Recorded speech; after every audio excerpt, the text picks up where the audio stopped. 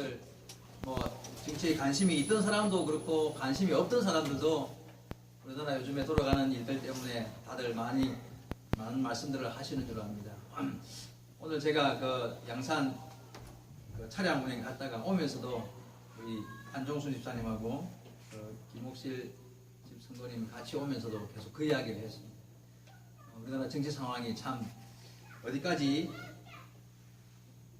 뭐 새로운 사실이 어디까지 밝혀질지, 또 어디까지가 진실인지, 또 얼마나 더 충격을 받아야 될지, 내일 이제부터 그 국정조사 특검이 이제 이번 주 안에 시작되죠. 거기다가 탄핵 절차도 시작되고 하면 아마 검찰 조사가 시작되면 더 많은 것, 지금까지의 사실보다 더 많은 사실들이 드러날 거라는 예상입니다. 왜냐하면 지금까지는 뭐 언론 보도한 것만 가지고 사실들을 확인했기 때문에, 그래서 정말 얼마나 더 많은 충격을 받아야 할지, 또 일이 어떻게 될지, 그리고 어떻게 되어야 그나마 잘 수습이 될 일인지도 참 궁금하고요. 정말 안타까운 일들이 많이 벌어지고 있습니다.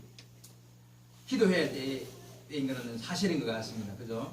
이렇게 나라 정치가 어려우면 경제나 안보에도 문제가 생길 수 있기 때문에 더더욱이나 우리가 한 나라의 국민으로서 나라를 위해서 기도해야 할 줄 압니다. 미국은 얼마 전에 그 술 취한 삼촌 같은 그 미국 사람들이 그러네. 술 취한 삼촌 같다고. 트럼프. 그 럭비공처럼 어디로 튈지 모르는 그런 사람이 차기 대통령으로 당선되는 바람에 전 세계가 이제 한번 충격을 받았던 일이 있었습니다. 앞으로 우리나라의 관계도 그렇게 매끄럽지 못한 관계가 이어질 거라는 전망도 나오고요.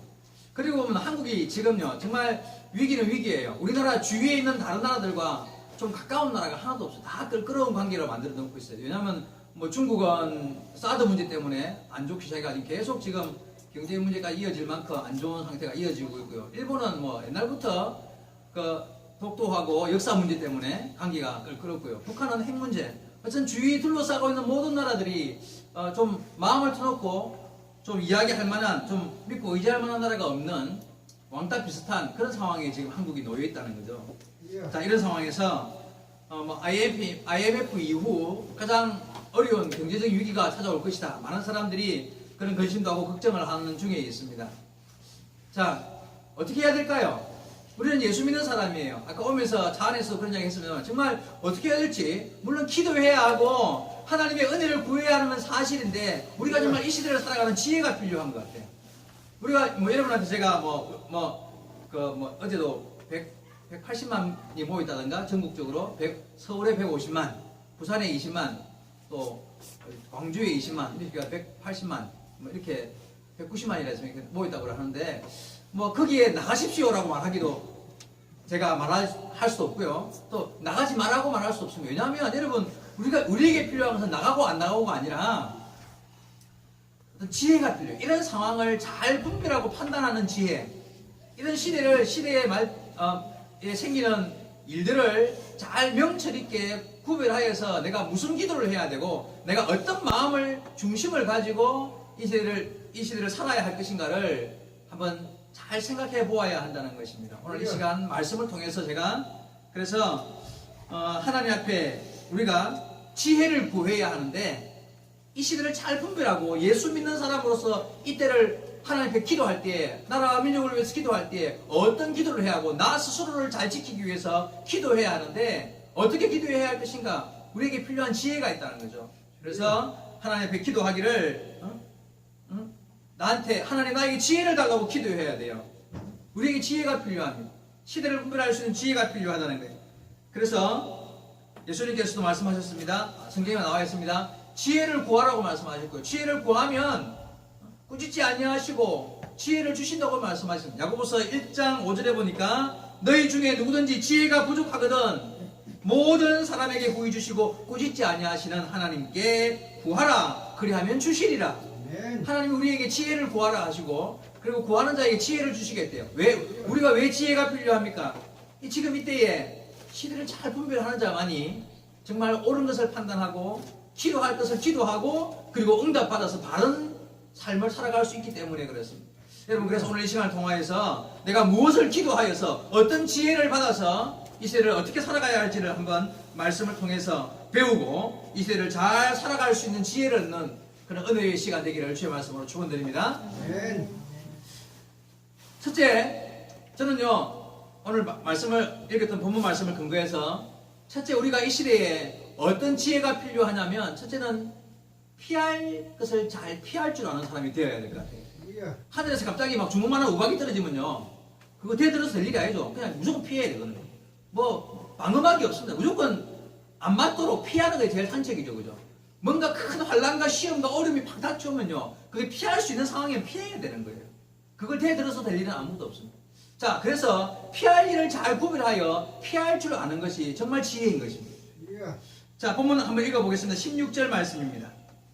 16절에 보니까 보라 내가 너희를 보냄이 양을 이리 가운데로 보냄과 같도다. 그러므로 너희는 뱀같이 지혜롭고 비둘기같이 순결하라. 마지막 읽었던 23절에 이 동네에서 너를 박해하거든 저 동네로 피하라. 내가 진실로 너에게 이르노니 이스라엘의 모든 동네를 다 다니지 못하여서 인자가 오리라. 이 동네에서 핍박하면 저 동네로 피하라. 이런 말씀이 있습니다. 그리고 읽었던 16절 말씀에는 예수님께서 하시는 말씀이요 12제자를 불러놓고는 각자 보내시면서 복음을 전하러 보내시고 삶을 통하여 나가라고 외쳐 보내시면서 하시는 말씀이 야 내가 너희를 저 세상으로 보내는 것이 마치 양을 늑대 2리대 가운데 보내는 것 같다. 정말 마음에 근심이 되고 걱정이 된다는 이야기죠. 여러분 양하고 늑대하고 싸움이 됩니까? 안 되죠. 네? 양하고 늑대 굴 속에 들어가는 양 복음을 전하기 위해서 양이 늑대 굴 속에 들어간다. 그러면요 양은 거기서 맞닥뜨려 싸우는 게 아니라 숨어서 피하고 도망다니면서 어쨌든 간에 자기 목적을 이루고 도망쳐 나와야 되지. 거기서 뭐 양이 늑대하고 싸워서 이길 수는 없는 거예요. 그러니까 이 말 속에 숨어있는 뜻이 뭐냐면요 너희들 그곳에 가서 정말 지혜롭게 너희는 양이고 저희는 늑대 굴 속이니까 정말 지혜롭게 잘 살아서 돌아와야 된다 이 말입니다. 자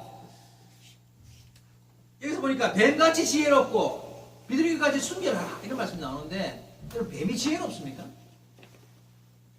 뱀같이 지혜롭다. 어떤 의미일까요? 뱀은 원래 별로 똑똑한 동물이 아니에요.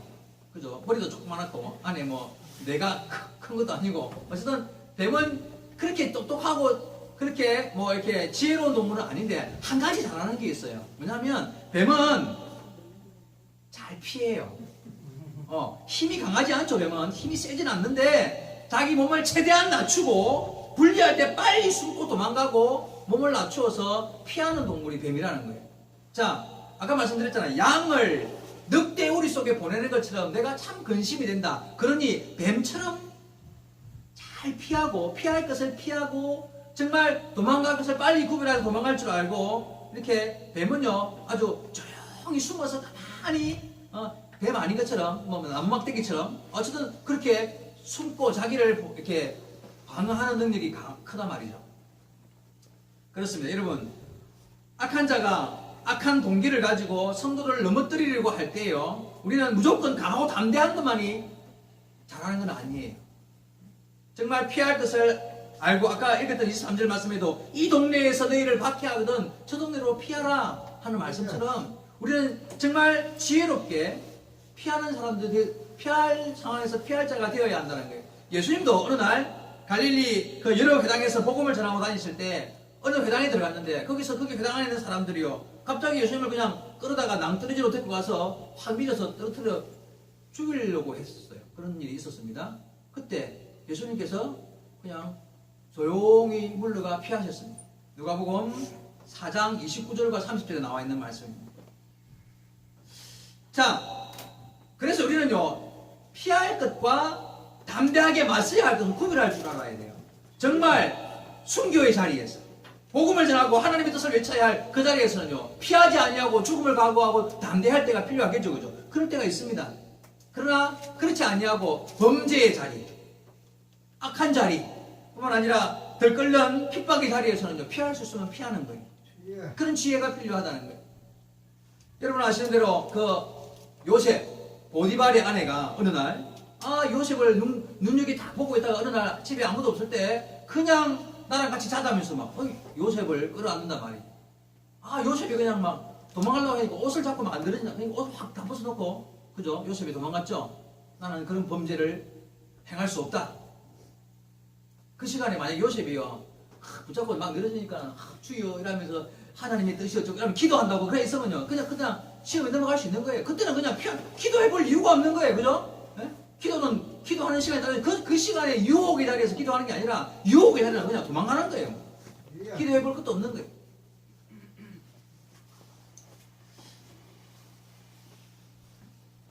이런 예를 들 수 있습니다. 여러분, 예를 들어서 친구들, 오랜만에 이제 친구가 전화가 왔어요. 전화를 받아보니까, 야, 오랜만에 고등학교 동창, 아니면 대학 동창, 오래된 친구들이 한 자리에 모였다는 거, 전화가. 빨리 나오라는 거. 그래서, 야, 그래, 오랜만에 얼굴도 보고 하자고. 이제 갔습니다. 갔더니만 술판이 벌어져 있는 거예요. 술판이 벌어져 있고, 1차 하고, 2차는 노래방 가고, 3차는 길이 어디 가고, 이거 다 정해놓고는 막 술판을 벌이고 있단 말이죠. 어떻게 될까요? 지혜롭게 빠져나와야지. 거기서 앉아가지고 복음이 어떻고 기도해보고 이러면요, 늦었어요. 안 돼요. 그냥 지혜롭게 거기는 그런 자리에서는 빨리 빠져나와야 되는 것입니다. 디모데전서 6장 11절 이하에 이런 말씀이 있습니다.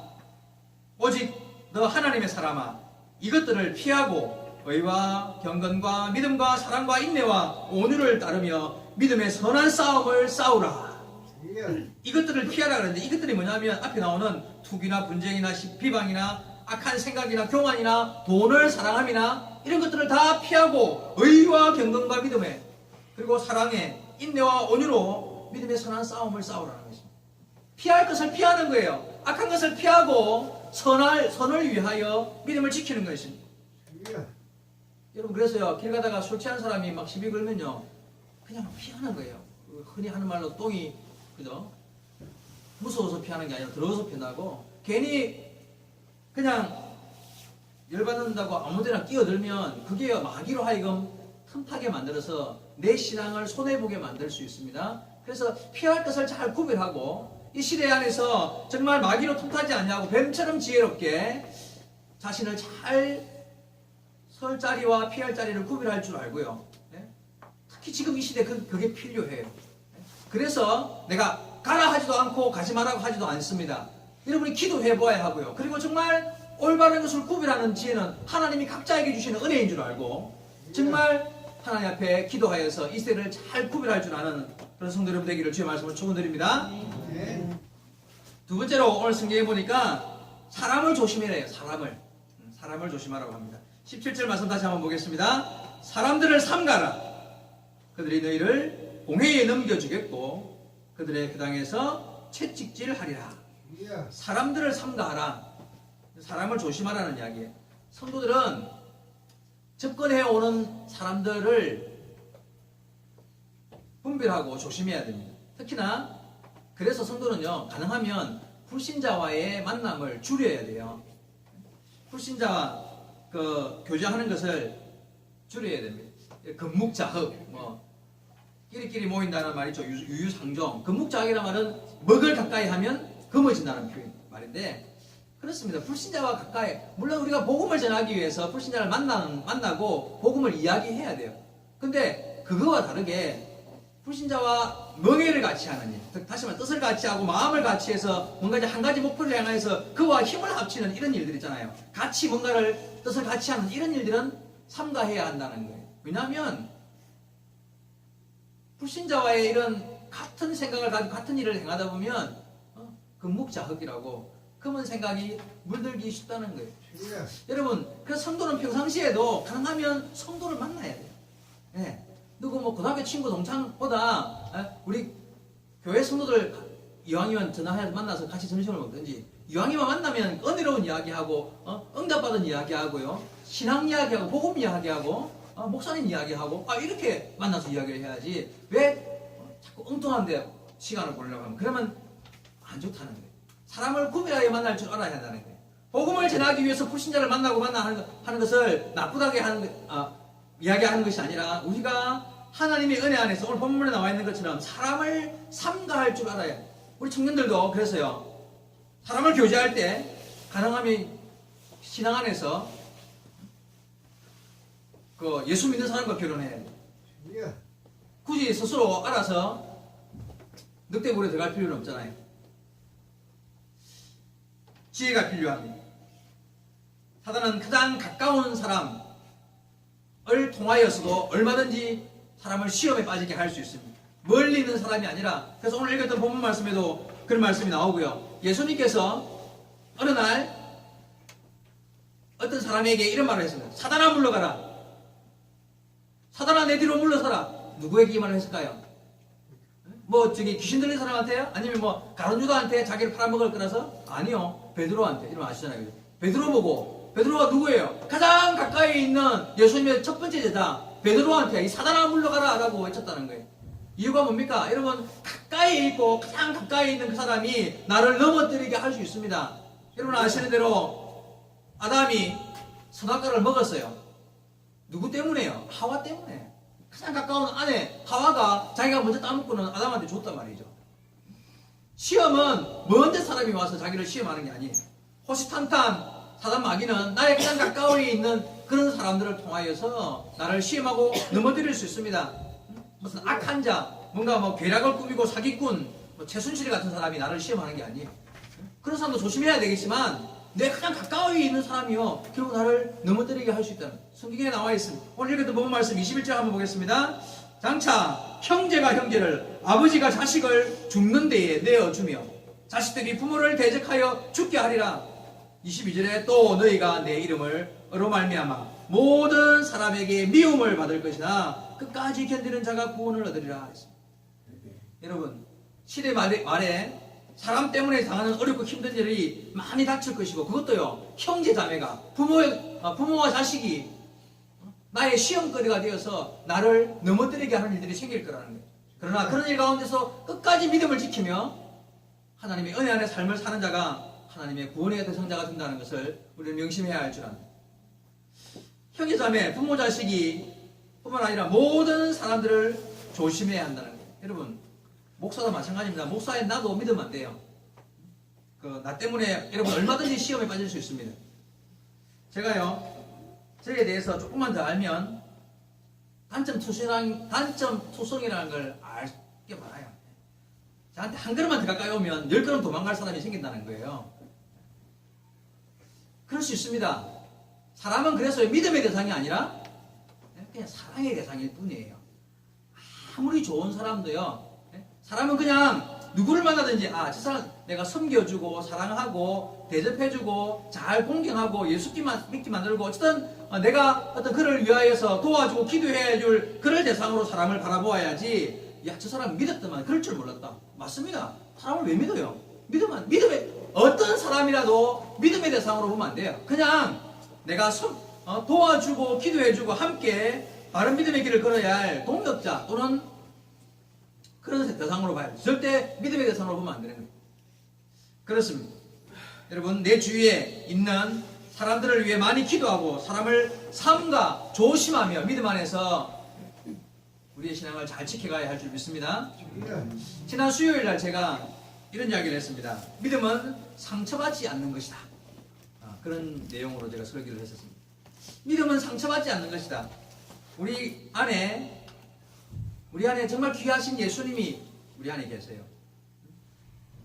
참 보배로우신 주님이, 내가 주님을 영접하여 내가 주님의 자녀 되었기 때문에 내 안에 너무 귀한 주님이 계시기 때문에 나는 너무 귀한 자가 되었고, 그래서 나는 어떤 외부의 환경이나 외부 사람이 나를 핍박하거나 비난하더라도 나는 상처받지 않을 수 있어야 한다. 이게 설교 내용이었습니다. 여러분, 우리는 상처받지 않을 수 있어야 합니다. 사람이 나에게 어떤 말을 하더라도 상처받지 않는 사람이 믿음 있는 사람이에요. 예를 들어 봅시다. 예수님께서 어느 날 이런 말씀을 하셨죠. 누가 네 오른뺨을 때리거든 왼뺨을 돌려대라. 이게 무슨 말일까요? 이 말은요, 네가 네 오른뺨을 맞았을 때 상처받지 말라는 거예요.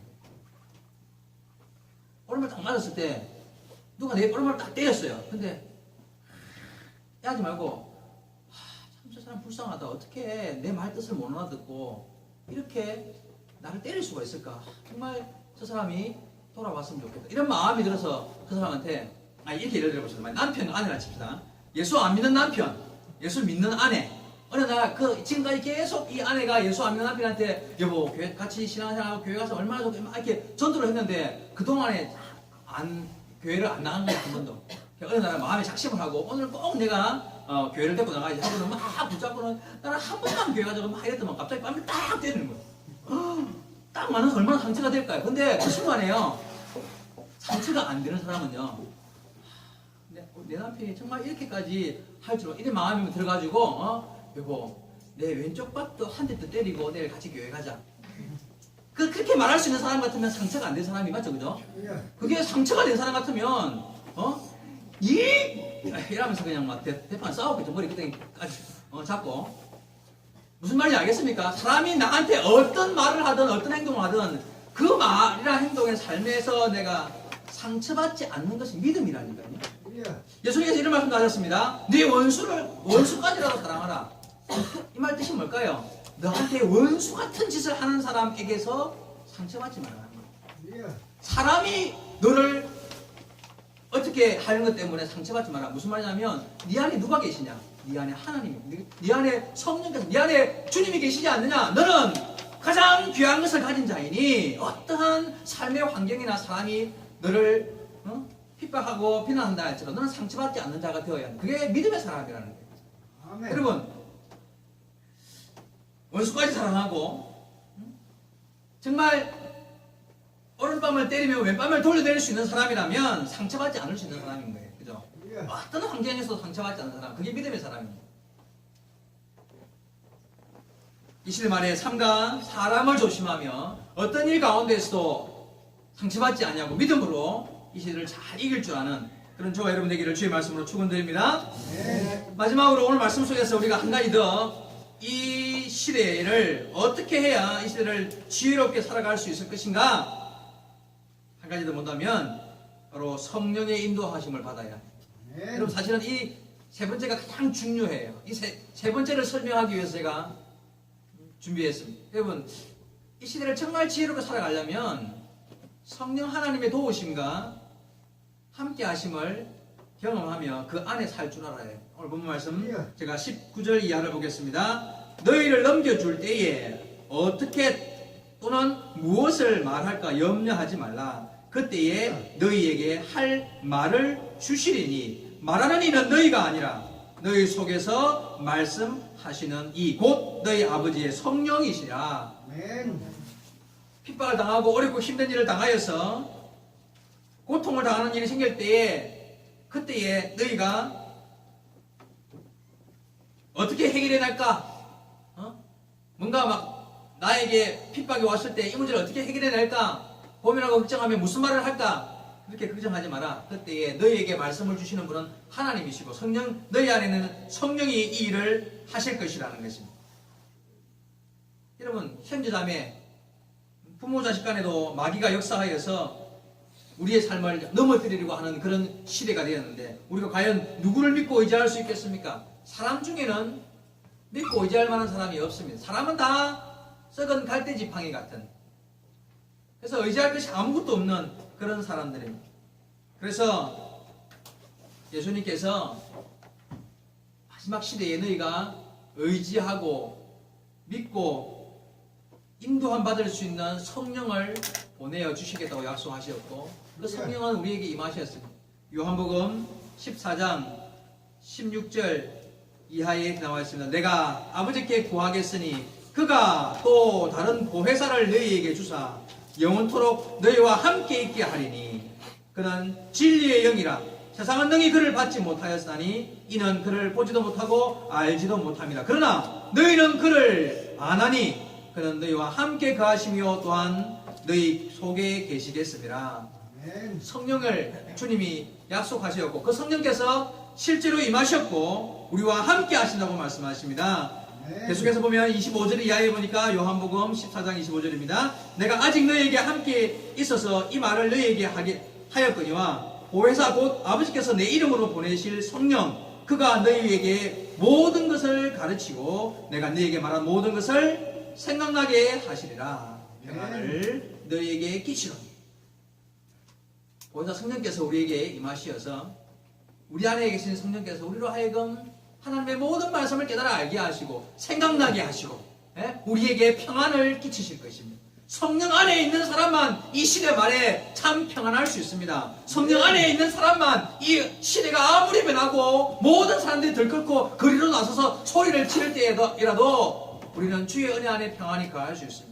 여러분 명심하십시오. 성령의 인도하심을 받으셔야 합니다. 성령이 내 안에 계신 성령께서 내게 가르치시는 은혜 안의 삶을 결단하고 그 길을 걷는 자만이 이 시대를 정말 지혜롭게 살아갈 수 있는 자가 된다는 거예요.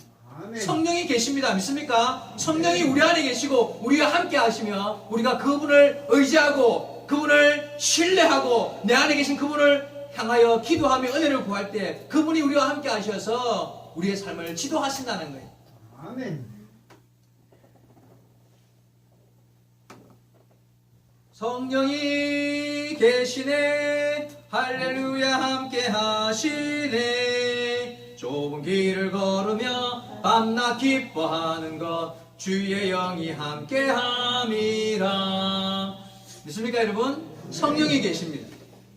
우리가 밤낮 기뻐하는 것은 주의 영이 우리와 함께 하심을 믿기 때문에 성령의 인도함을 받는 자이기 때문에 우리는 믿음으로 이 어두운 세상 속에서도 우리의 길을 달려갈 수 있게 되는 것입니다. 여러분 성령을 의지하십시오. 스가랴서 4장 6절에 이런 말씀이 있습니다. 힘으로도 할 수 없고 능으로도 할 수 없고 오직 여호와의 신으로만 할 수 있나니. 그렇습니다. 사람은요 자기 능력, 의지, 내 힘 뭔가 그것으로 대단한 일을 할 수 있는 것 같습니다. 그런데요 결과적으로 보면 사람의 힘으로 되는 것이 없습니다. 우리가 예수를 믿기 때문에 범사에 나와 동행하시고 내 삶의 주인 되신 성령 하나님을 의지하셔야 합니다. 성령께서 내 삶을 주관하신다는 사실을 믿고 그분을 계속 의식하고 인식하고 기도하며 은혜를 구할 때에 내 삶이 내 마음대로가 아니라 성령께서 주시는 은혜 안의 삶으로 나가는 것을 경험하게 될 줄로 믿습니다. 여러분 성경에 보면 삼손 이야기 나오잖아요. 그 삼손 사사기에 보면 삼손이 엄청난 힘을 소유한 사람이죠. 그 힘의 근원이 무엇이었습니까? 머리카락입니까? 예, 진짜 머리카락에서 힘이 나왔을까요? 네, 그 상징적인 거죠. 맞아요. 머리를 자르지 마라 했기 때문에 그 상징적인 것이고 사실은 진짜 힘은 하나님이 그와 함께 하시는 하나님의 영이었죠. 그죠? 하나님의 영이 그와 함께 하시고 그래서 삼손 이야기에서 가장 많이 등장하는 말이요. 하나님의 신이 그와 함께 하심으로 이 말이에요. 하나님의 신이 그와 함께 하심으로 양을 마치 사자처럼 짓고요. 하나님의 영이 그와 함께 하심으로 낙이 특별 하나를 주어서 블레셋 사람 1000명을 쳐 죽이고요. 하나님의 신이 그와 함께 함으로 그렇게 성경에 하나님의 신이 그와 함께 함으로 그렇습니다 여러분. 하나님의 신, 성령이 그와 함께 함으로 그 같은 놀라운 일들을 감당할 수가 있었다는 거예요. 그런데 어느 날 그가 성령이 그를 떠났습니다. 사단의 유혹에 빠져서 은혜를 저버렸습니다. 머리가 깎이고 두 눈이 뽑히고 이방인에게 끌려가서 조롱거리가 되고 말았습니다. 성령이 떠나신 것입니다. 여러분 이 시대 말에 성령의 인도함을 받는 성도가 되시기 바랍니다. 지금 이 시대를 성령 시대라고 이야기합니다.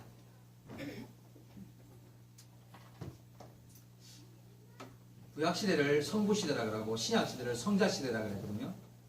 구약시대의 성부시대, 그 시대는 하나님이 직접 백성들에게 음성을 들려주신, 그래서 그 시대에 하나님의 음성을 듣는 자가 참 복 있는 사람이었습니다. 신약시대에는요 성자시대로 예수님을 만나고 예수님께 고침을 받고 예수님의 은혜를 입은 자들이 참 복 있는 사람이었어요. 지금은 성령시대거든요. 지금 이 시대에 성령의 인도함을 못 받는다. 참 불쌍한 사람인 거예요. 신앙의 바른 길을 걷지 못하는 사람인 거예요. 지금은 성령시대라 그래요. 지금 이 시대에 내 안에 계신 성령, 내가 예수를 믿었을 때 주님이 내 안에 오셔서 나와 함께 하시고 내 삶을 지도하시고 인도하시고 선악을 구별하여서 바른 길을 걷게 하시는 분이 성령이신데 그분의 인도함과 상관없이 내가 내 마음대로 살아간다. 그것만큼 바르지 못한 길을 걷는 자가 없는 것입니다. 여러분, 이 시대 말에 정말 내 안에 계시고 나를 인도하시는 성령 하나님을 의지하시기 바랍니다. 그분이 내 삶의 주인 되심을 인정하고 정말 성령의 인도함을 받는 저와 여러분 되어서 시대가 아무리 어렵고 혼란이 많고 여러 가지 좋지 않은 일들이 많이 생긴다 할지라도 내가 할 일을 구별할 수 있어요. 여러분, 내 안에 계신 성령님을 충만하게 의지할 때 내가 할 일은 이 일이구나. 그리고 나는 이 기도를 해야 하는구나. 나로 하여금 하나님께서 이렇게 기도하게 하시는구나 스스로 깨달을 수 있는 것은 바로 내 안에 계신 성령의 인도함을 받는 거예요. 사람은 누구나 성령의 인도를 성령의 충만함을 입은 자나 그렇지 못한 자나 환난과 어려움을 당하기는 마찬가지입니다. 그러나 그 환난과 어려움을 당했을 때에 성령의 인도함을 받는 자가 마침내 승리하는 길을 걷는다는 것을 명심하셔야 합니다. 오늘 말씀을 통해서 우리는 첫째로 피해야 할 것을 잘 피하는 자, 뱀처럼 지혜롭게, 그죠? 우리 앞에 다가온 어렵고 힘든 일 앞에서 정말 주님 주신 지혜로 잘 피하는 자가 되어야 할 것이고, 사람을 조심하는 자예요. 이 사람이라는 것은 굳이 멀리 있고 악한 자가 아니라 나에 있는 가장 가까이 있는 자부터 멀리 있는 자 이렇게까지 정말 구별하여서 예수 안에서 믿음 안에서 바르게 조심하는 자가 되어야 할 것이요. 또 마지막으로 성령의 인도함을 받을 때에 우리가 이 시대를 지혜롭게 살아가게 될 수 있다는 것을 말씀을 통해서 배우게 됩니다. 사랑하는 성도 여러분, 우리에게 주어진 모든 삶 가운데 성령의 인도하심 가운데 믿음 안에서 성령의 인도하심 가운데 지혜로운 승리자들이 될 수 있기를 주의 말씀으로 축원드립니다. 기도하시겠습니다.